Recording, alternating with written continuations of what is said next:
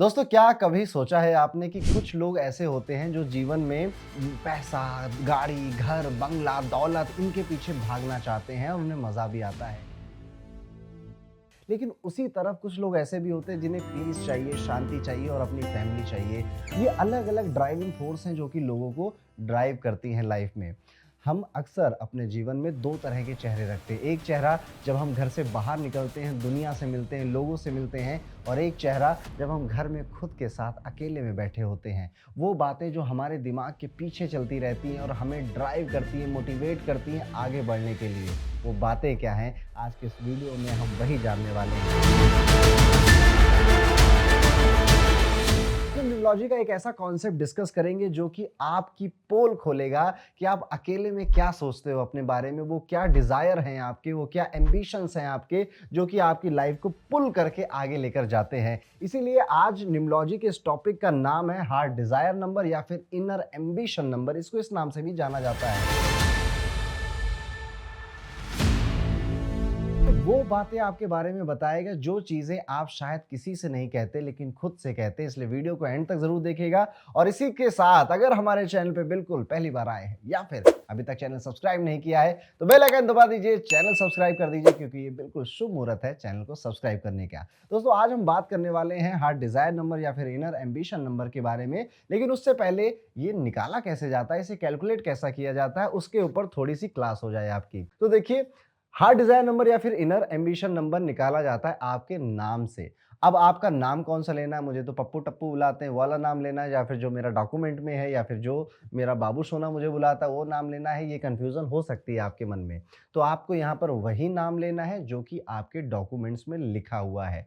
आपकी शादी हो गई पर आपने डॉक्यूमेंट्स में नेम चेंज नहीं कराया तो आप वही लीजिए जो डॉक्यूमेंट में लिखा हुआ है। इसी के साथ साथ एक थोड़ा सा कैच है। कई सारे इंडियन स्टेट ऐसे होते हैं जिसमें लोग अपने नाम के बीच में फादर का या ग्रैंडफादर का नाम लगा लेते हैं। अगर ऐसा है आपके डॉक्यूमेंट में तो उसको आप हटा दीजिएगा। फॉर एग्जांपल, अगर किसी का नाम है रोहित हर्ष भाई पटेल, हर्ष भाई पिताजी का नाम था तो इसको हटा देंगे, बस रोहित पटेल आप लेंगे। यानी कि आपका फर्स्ट नेम, आपका मिडिल नेम और आपका सरनेम होना चाहिए। अगर फादर, ग्रैंडफादर या हस्बैंड का नाम आपने लिखा हुआ है आपके डॉक्यूमेंट्स में तो उसको हटा देंगे। दैट्स इट, बस इतना सा रूल है। बाकी नाम कौन सा लेना है? जो डॉक्यूमेंट्स में लिखा हुआ है। अब नाम तो पता चल गया, अब इसकी कैलकुलेशन कैसे करेंगे? देखिए, यहां पर आपको सारे जितने भी वोवेल्स होते हैं इनको ऐड करना है। वोवेल्स क्या है? ए, आई, ई, ओ, यू, ये 5 वोवेल होते हैं हमारे। इनकी न्यूमरोलॉजिकल वैल्यू आपकी स्क्रीन के सामने दिखाई दे रही है। अब फॉर एग्जांपल एक नाम लेते हैं, ये नाम है राजकुमार तिवारी। अब इसमें देखिए, आर ये तो वोवेल नहीं है लेकिन ए है, उसके बाद जे भी वोवेल नहीं है, के वोवेल नहीं है, यू है, एम नहीं है, ए है। तो यहाँ पे आपने देखा कि राजकुमार में ए आ गया, यू आ गया और फिर से एक ए आ गया। यानी कि जितने भी ए रिपीट हो रहे हैं, जितने भी वोवेल रिपीट हो रहे हैं, सबको काउंट करना है आपको। फिर तिवारी यानी कि जो सरनेम है उसमें भी आप देखेंगे कि एक बार ए आता है और 2 बार आई आते हैं। अब आप इनको सम कर दीजिए, इनको जोड़ दीजिए और जो जोड़कर सिंगल डिजिट में नंबर आएगा, जैसा कि आपको स्क्रीन पे दिखाई दिया जा रहा है, यही है आपका हार्ट डिजायर नंबर या फिर इनर एम्बिशन नंबर। अब एक-एक कर हम 1 से लेकर 9 तक के सारे हार्ट डिजायर नंबर्स के बारे में समझते हैं कि ये किस तरह की पर्सनालिटी या फिर एम्बिशन हमको दे देते हैं। शुरुआत करते हैं। अगर आपका एम्बिशन नंबर 1 होता है तो सबसे पहले आपको ना नेता बनने का शौक होता है, आप लीडर होते हो और आप जब रूम में घुसते हो तो आपको ये एटीट्यूड दिखाने का मन करता है कि ना मैं यहाँ मौजूद हूँ, मेरी बातें मानो। बॉर्न लीडरशिप की क्वालिटी आपके अंदर आ जाती है। ऐसे लोग आप देखोगे कि नेचुरली कॉन्फिडेंट होते हैं, लोगों से बातें कर लेते हैं, लोगों को दोस्त बना लेते हैं और ये किसी के साथ ना पार्शियल बिहेवियर करने से बहुत ज़्यादा कतराते हैं, बचते हैं। ये चाहते हैं कि इनकी इमेज हमेशा क्लीन रहे, यही इनका एम्बिशन है कि मुझे ना लोग एक प्रेरणा के स्रोत में या आइडियलिज्म के सोर्स में देखें, बट मुझको ना किसी तरह से पार्शियल ना समझ पाए कोई। ये इनका सबसे बड़ा एम्बिशन होता है। उसके बाद दूसरी चीज़ है फ्रीडम एंड इंडिपेंडेंस। इनको आप बांध नहीं सकते, इनको फ्रीडम चाहिए, इनको इंडिपेंडेंट चाहिए। मुझे जहाँ घूमना है, जो करना है मुझे करने दो। अगर कोई इनको बांधने की कोशिश करेगा, इनको रोकने की कोशिश करेगा, वो सबसे बड़ा दुश्मन है इनका। एंथुसियाज्म होता है इनके अंदर और इनके अंदर क्या होता है, ये जिससे बात करते हैं उसके अंदर भी भर देते हैं। थोड़ा-सा डोमिनेटिंग नेचर यहाँ पे आपको देखने को मिलेगा और कई बार ज़रूरत से ज़्यादा सामने वाले को हड़का भी देते हैं और कई बार ऐसा भी नेचर आपका हो जाता है कि आपको लगता है कि डाँटना ही बहुत ज़रूरी है। लोगों को बहुत ज़्यादा ना डरा के रखना चाहिए। यूजुअली जब ये बॉस या फिर ऐसी पोजीशन पर आ जाते हैं, ऑफिशियल पोजीशन पर, तब ऐसा होता है। इस आदत को भी आपको सुधारना है, कई सारे काम प्यार से भी हो जाते हैं। इंटेलिजेंट आपको मिल ही जाएँगे, बुद्धिमान होते हैं, चीज़ें जल्दी सीख जाते हैं, किसी भी उम्र में हो। लर्निंग न्यू थिंग्स इनका एक पैशन होता है। यहाँ पर एक बात ये भी देखने को मिलती है कि कई बार इनको लोग एरोगेंट इसी वजह से समझ लेते हैं, क्योंकि ये जल्दी किसी को मुँह नहीं लगाते। ये पहले जज करते हैं कि सामने वाले के से अच्छे से बात करनी है या बुरे तरह से बात करनी है। और इस बीच में ना बहुत सारे लोग आपको एरोगेंट समझेंगे और आपकी एक डोमिनेटिंग पर्सनैलिटी अपने वर्क एरिया में ज़रूर बन जाएगी। इवन कई सारे दोस्त भी आपके बनेंगे। लेकिन कुछ टाइम अगर कोई आपके साथ बिता लेता है ना, उसके बाद आपके बारे में ऐसा नहीं सोचता कि आप बहुत एरोगेंट हो या इगोइस्टिक हो। लेकिन कभी-कभी ये जो नेचर ये स्पाइक होता है। इनका जो इनर एम्बिशन है वो यही है कि लोग इनकी तरह बनने की कोशिश करें। मैं एक ऐसा एग्ज़ाम्पल सेट कर दूँ। अब यहाँ पर अगर हम और बातें करें तो जो आइडियाज़ होते हैं, जो क्रिएटिव आइडियाज़ होते हैं, ये इनके लिए बटर जैसे होते हैं, स्मूथ और क्रिएटिव। बहुत अचानक से एक सटल वे में इनको कोई आइडिया आ जाएगा और ये उस पे काम कर देंगे या सामने वाले को बढ़ा-चढ़ा कर बता देंगे। एजुकेशन और कल्चरल वैल्यूज़ की बहुत रिस्पेक्ट करते हैं, अपने ट्रेडिशन से जुड़ना, आप जिस भी ट्रेडिशन के हों उसको फ़ॉलो करने में इनको बहुत ज़्यादा मज़ा आता है। अभी एक एग्ज़ाम्पल से अगर आपको मैं इनर नंबर 1 को समझाऊँ, तो आप पिक्चर करिए कि एक क्रिकेट मैच हो रहा है। एक टीम का कप्तान है, उसका कोई प्लेयर एक गलत शॉट खेलता है, तो कप्तान क्या करेगा, स्लीव चढ़ाएगा और कहेगा कि तुम हटो, मैं बताता हूँ कैसे खेला जाता है, तुम लोग बस चीयर करो मेरे अराउंड। ये जो एनर्जी है, ये एम्बिशन नंबर 1 की एनर्जी होती है। अब आपने कितनी बातों से रिलेट किया, कमेंट करके ज़रूर बताइएगा। अब चलते हैं एम्बिशन नंबर 2 की बात करते हैं, द पीस मेकर। ये 2 नंबर वाले जो लोग होते हैं, आप इनको बहुत काम, पीसफुल नेचर का ही और बहुत कूल नेचर का भी पाओगे। ये जो न्यू ट्रेंड आते हैं, उनको बहुत जल्दी एक्सेप्ट कर देते हैं और मैग्नेट की तरह लोग इनसे अट्रैक्ट होते हैं, जुड़ना चाहते हैं। वो फिर चाहे फीमेल्स हो, चाहे फिर मेल हो, हर कोई इनसे दोस्ती बनाना चाहता है और ये अपनी इसी इमेज का एम्बिशन रखते हैं कि लोग मेरे बारे में ऐसा ही सोचे कि मैं हर किसी के राज़ जान सकता हूँ, मैं बहुत काम, कंपोज़ और बहुत पीसफुल इंसान हूँ। इवन मैं 2 लोगों की लड़ाई हुई है तो उसे भी सॉल्व करा दूँगा। काम और कंपोज़्ड, ईज़िली मेकिंग फ्रेंड्स, ये इनकी सबसे बड़ी क्वालिटी होती है कि ये दोस्त बहुत जल्दी बना लेते हैं। अब लेकिन ये होता क्या है ना, जैसे-जैसे उम्र बढ़ती है ना, तो ये परेशान हो जाते हैं, यार ये भी दोस्त है, ये भी दोस्त है, इससे भी बात करनी है, उससे भी बात करनी है, लेकिन फिर भी समय देते हैं सबको। इनको किसी न किसी तरह से म्यूज़िक का बहुत शौक देखने को मिलता है या फिर कला का, आर्ट का बहुत शौक होता है। जैसे अच्छी पोएट्री सुन ली, अच्छी पेंटिंग देख ली, अच्छा फूल देख लिया, तो उसे भी ये एप्रिशिएट करते हैं। टीम वर्क में बिलीव करते हैं, लीडरशिप की ज़रूरत महसूस नहीं करते। इनको लगता है कि मुझे अकेला छोड़ दो ना इस कमरे में, मैं अच्छे से काम कर लूँगा, लेकिन कभी-कभी इसमें अटक जाते हैं। ये है आपके लिए एक अच्छा सजेशन जिस पर आपको काम करना चाहिए। टीम वर्क में बहुत ज़्यादा अच्छे से काम कर लेते हैं, लेकिन कभी-कभी अपने बारे में सोचते हैं कि ना मैं अकेले ही शेर हूँ, मैं सब कुछ कर सकता हूँ। डिप्लोमैटिक और दूसरों को कन्विंस करने की स्किल बचपन से लेकर आते हैं और इनको कई बार पता चल जाता है सामने वाला सुनना क्या चाहता है और ये वही उसको सुनाकर अपना काम निकलवा लेते हैं। एक सजेशन यहाँ पर मैं और दूँगा आपको कि कभी-कभी आपका लेड बैक अप्रोच आपकी ग्रोथ को हैंडल कर देता है। यानी कि कई बार आप सोचते हैं हो जाएगा, कर लेंगे, धीरे-धीरे कर लेंगे, लेकिन आप ऐसा सोच रहे हैं, बाकी के जो कॉम्पिटिटर्स हैं वो ऐसा नहीं सोच रहे हैं। तो ये जो लेड बैक अप्रोच है ना, इसको खत्म करने की ज़रूरत है। अभी अगर एक एग्ज़ाम्पल के साथ आपको एम्बिशन नंबर 2 को समझाऊँ, तो आप एक ऐसे दोस्त को याद करिए जिससे आप कितनी भी बड़ी प्रॉब्लम बोल दो, कहता है अरे भाई सब ठीक है, हो जाएगा, परेशान मत करो, ठीक है कर लेंगे, हाँ, हाँ, हाँ। ये वाला अप्रोच जो है, ये नंबर 2 एम्बिशन नंबर को रिप्रेज़ेंट करता है। अब आगे बढ़ते हैं, बात करते हैं एम्बिशन नंबर 3 के बारे में। इनको मैं कहता हूँ प्यार से सोशल बटरफ्लाई। पार्टी की जान होते हैं, यारों के यार होते हैं, गजब के एंटरटेनर होते हैं। ये जब आ जाते हैं ना महफ़िल में, तो लोग हँसेंगे ही हँसेंगे, चाहे इनके ऊपर हँसें या इनकी किसी किसी बात के ऊपर हँसें, ये पार्टी चार्मर आपको मिल ही जाते हैं। तो अगर आपका नंबर 3 है, तो आप ये तो क्वालिटी है ही, इसके साथ-साथ एडैप्टेबिलिटी का जो नेचर आपके अंदर आता है, ये सबसे ज़्यादा ख़ास है। आप किसी भी ग्रुप में ऐसे जेलअप होते हैं जैसे उनको सालों से आप जानते हैं। इवन आप ना अपने व्यवहार, अपने बात करने का तरीका और अपने टोन को भी लोगों और ग्रुप्स के हिसाब से बिल्कुल चेंज कर देते हैं। करेजियस होते हैं, हैंडल करते हैं। ये साइलेंट वर्कर होते हैं, साइलेंट नॉलेज बहुत होती है इनको, यानी कि ये अपने ऊपर जो काम है ना, ये बहुत साइलेंटली करते हैं और कई बार अपनी बातें बताते भी नहीं अपने क्लोज़ेस्ट फ्रेंड को। जब काम हो जाता है या कुछ हो जाता है, तब जाकर ये बताने में बिलीव करते हैं, नहीं तो इनको लगता है नज़र लग जाएगी, पहले काम हो जाए, क्यों बड़ी-बड़ी हाँकूँ सबके सामने। हर इवेंट की जान है। नंबर 3 अगर आपका एम्बिशन नंबर है, full of charm, full of humour, expressive बहुत मिलेंगे, क्रिएटिव बहुत मिलेंगे आपको और कि हो सकता है कि आपको या तो पब्लिक स्पीकिंग का शौक हो या फिर राइटिंग का शौक हो, और शौक नहीं भी है तो ये आपका फॉर्टे है। आपको बिना दिए मतलब बिना सीखे भगवान ने ये दिया है आपको। सॉफ्ट हार्टेड मिलेंगे आपको, एनिमल्स लवर बहुत मिलेंगे, बच्चों से प्यार करते हुए बहुत मिलेंगे, और अगर आपके कोई सिबलिंग है, छोटा भाई-बहन है, तो बहुत ज़्यादा ब्लेस्ड है कि उसको आपके जैसा एल्डर ब्रदर या एल्डर सिस्टर मिला है। पेशेंस और कंसंट्रेशन इंप्रूव करने की आपको ज़रूरत है। कई बार बहुत जल्दी इम्पेशेंट हो जाते हैं और कंसंट्रेट नहीं कर पाते हैं। एक आपको सीक्रेट बताता हूँ, आपको अगर किसी चीज़ पे फोकस करना है ना, टहल-टहल कर पढ़िए, ट्रैवल कर के पढ़िए, आपको चीज़ें याद हो जाएँगी। अब अगर मैं इसको आपको एक एग्ज़ाम्पल के साथ समझाऊँ तो उस दोस्त को याद करिए जो पार्टी में अब लेट्स सपोज़ एक पार्टी हो रही है तो वहाँ पर माइक लेके जोक्स क्रैक कर रहा है या एक-दूसरे की मिमिक्री कर रहा है या फिर गाने कह रहा है, गाने मैं बजाऊँगा, मुझे आता है कि एंटरटेन कैसे किया जाता है। ये है इनर एम्बिशन ऑफ नंबर 3।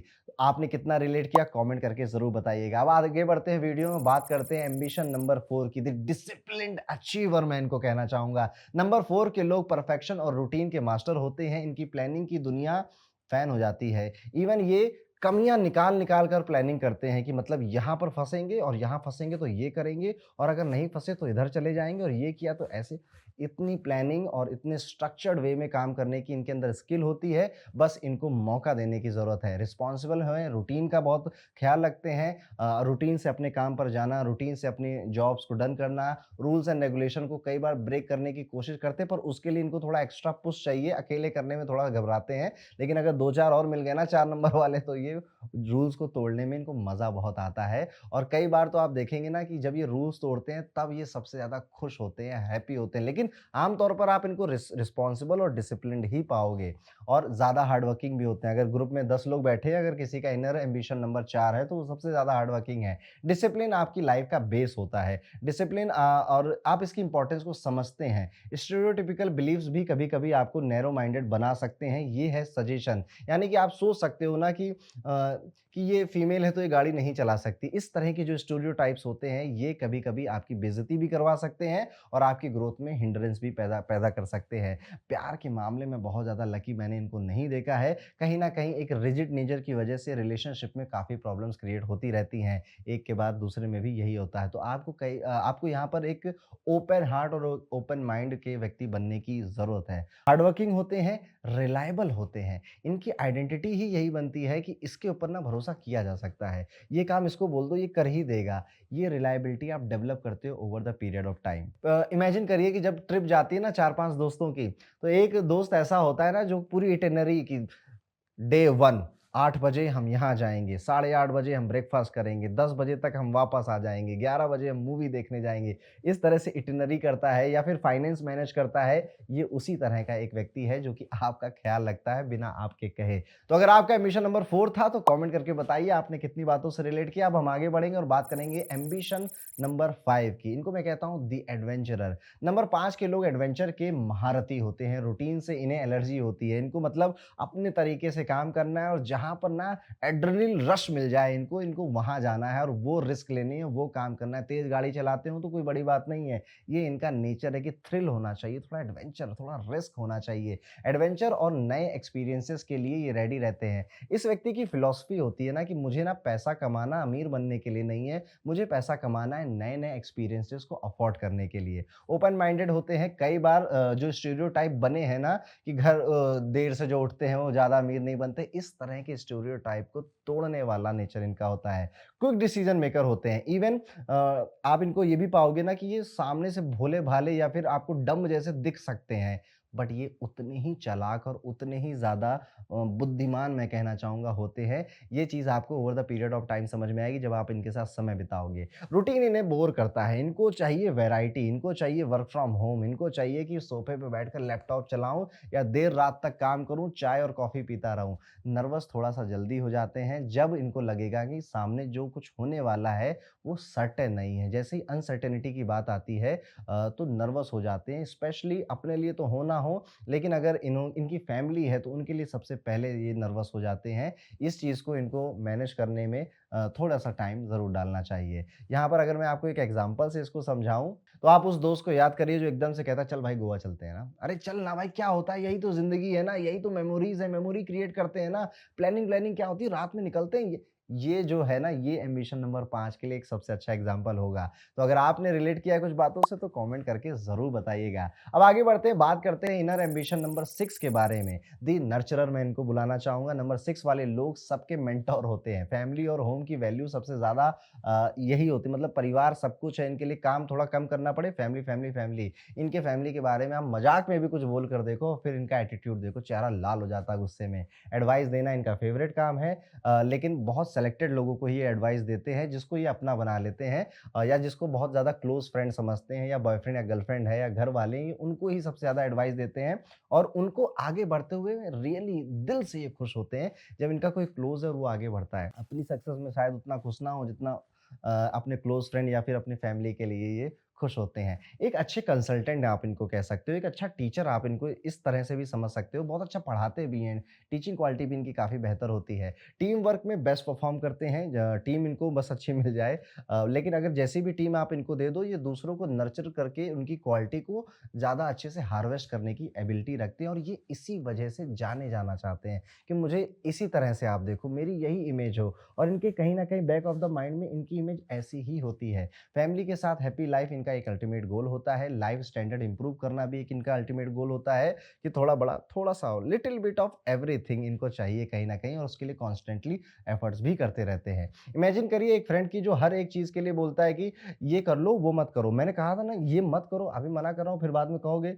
तो ये और रिप्लाई में लोग जो कहते हैं ना कि ज़्यादा मम्मी मत बनो, ज़्यादा बाप मत बनो, इन्हीं लोगों को बोलते हैं। ये है नंबर 6 की पावर, नंबर 6 की एनर्जी। आपने कितनी बातों से रिलेट किया, कमेंट करके ज़रूर बताइएगा। वीडियो में आगे बढ़ते हैं, बात करते हैं एम्बिशन नंबर 7 के बारे में, द थिंकर।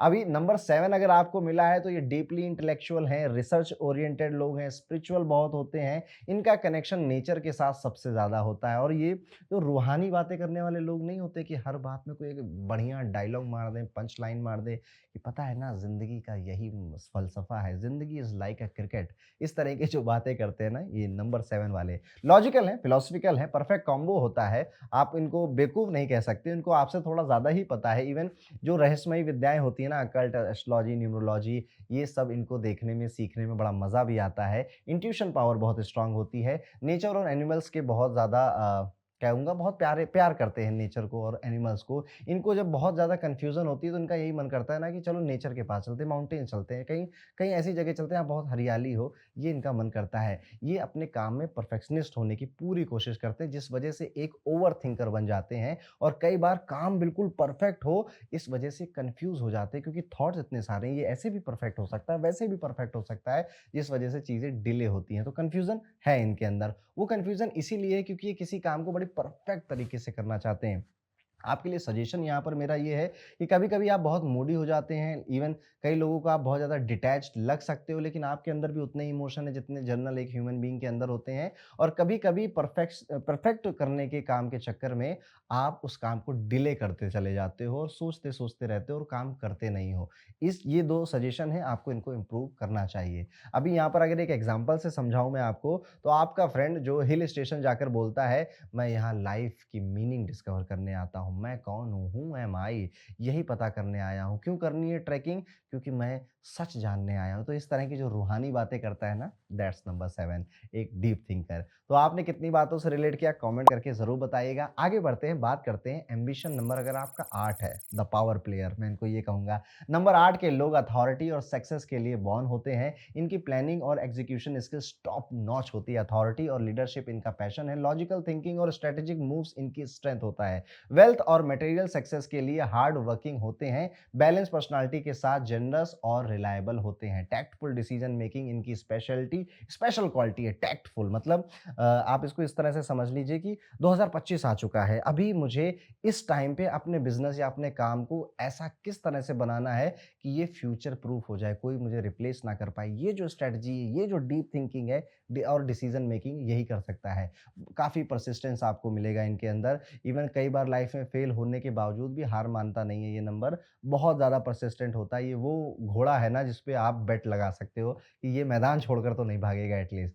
अब अगर मैं आपको एक एग्ज़ाम्पल से समझाऊँ तो एक बिज़नेसमैन जो हर मीटिंग के बाद बोलता है ये डील फाइनलाइज़ करो और प्रॉफिट डबल होने चाहिए यहाँ पर, मुझे डबल प्रॉफिट से मतलब है। तो वो जो गोल ओरिएंटेड है, जो हार्ड वर्क करने के लिए तैयार है, दैट्स नंबर 8। तो ये था इनर एम्बिशन नंबर 8 की एनर्जी। आपने कितनी बातों से रिलेट किया कमेंट करके ज़रूर बताइएगा। अब आगे बढ़ते हैं, बात करते हैं लास्ट का नंबर है एम्बिशन नंबर 9। यहाँ पर इनको मैं एक वर्ड में अगर समझाऊँ तो दी परोपकारी, दी परोपकारी इंसान मैं ये कह सकता हूँ, क्योंकि अगर आपको नंबर 9 के लोग मिल रहा है आपको या फिर आपका है तो बहुत सेल्फलेस है। अ, काइंड हार्टेड है, मुझे एनजीओ खोलना है, मुझे किसी को पढ़ाना है, मुझे ना जो वृद्ध लोग हैं, बूढ़े लोग हैं, उनकी मदद करनी है। तो किसी न किसी तरह का एक ह्यूमैनिटी का एक गोल इनका मेन गोल हो सकता है। सोशली बहुत इवन अच्छा, जो मैंने ह्यूमैनिटी का गोल बोला, ज़रूरी नहीं है कि ये 30-35 के होंगे तब ये आएगा। इवन 15 साल का है, 18 साल का है, मैंने उस एज ग्रुप में भी बच्चों को भी देखा है कि वो सोशली कुछ करना चाहते हैं, ऐसे भावनाएँ उनके मन में होती है। इसलिए आप ऐसे लोगों को सोशली एक्टिव भी पाओगे, सोशल कनेक्शन बनाते हुए पाओगे, लोगों की प्रॉब्लम सॉल्व करते हुए पाओगे और ये इसी तरह से जाने जाना चाहते हैं दुनिया में और उनका यही डिज़ायर भी है कि मुझे ना इस दुनिया को एक अच्छी रहने लायक जगह या मैं किसी की भी मदद कर दूँ, इतना बनाना है। इमोशनल है, एम्पैथेटिक बहुत ज़्यादा है, एग्रेसिव भी बहुत है, कम उम्र से कमाना शुरू कर दिया तो बहुत बड़ी बात नहीं है। ट्रैवल करने का बहुत मन होता है इनका और ट्रैवल करने में बहुत एक्साइटेड भी हो जाते हैं कि अब ट्रैवल करना है तो पैकिंग कर रहे हैं, प्लानिंग कर रहे हैं कि ट्रैवल में ये करेंगे, नई-नई चीज़ें एक्सपीरियंस करेंगे। बट सबसे प्यारी क्वालिटी इनकी ये है कि अगर किसी को प्यार करते हैं तो अनकंडीशनल लव देते हैं, कुछ एक्सपेक्ट नहीं करते हैं और अगर काट दो आप इनका तो फिर ये रिवेंज भी उतनी ही तगड़े तरीके से लेते हैं। तो ये थी नंबर 9 की एनर्जी, एक सेल्फलेस लवर होते हैं और यहाँ पर हमारा ये वीडियो खत्म होता है। आपको ये वीडियो कितना अच्छा लगा? आपने कितनी बातों से रिलेट किया? कमेंट करके ज़रूर बताएँगे। अगर वीडियो पसंद आया है, जो कि ज़रूर आया होगा तो लाइक करेंगे, शेयर ज़रूर करिए अपने फ्रेंड्स के साथ और चैनल को सब्सक्राइब करिए। मिलता हूँ आपसे अगले वीडियो में, तब तक के लिए राधे-राधे।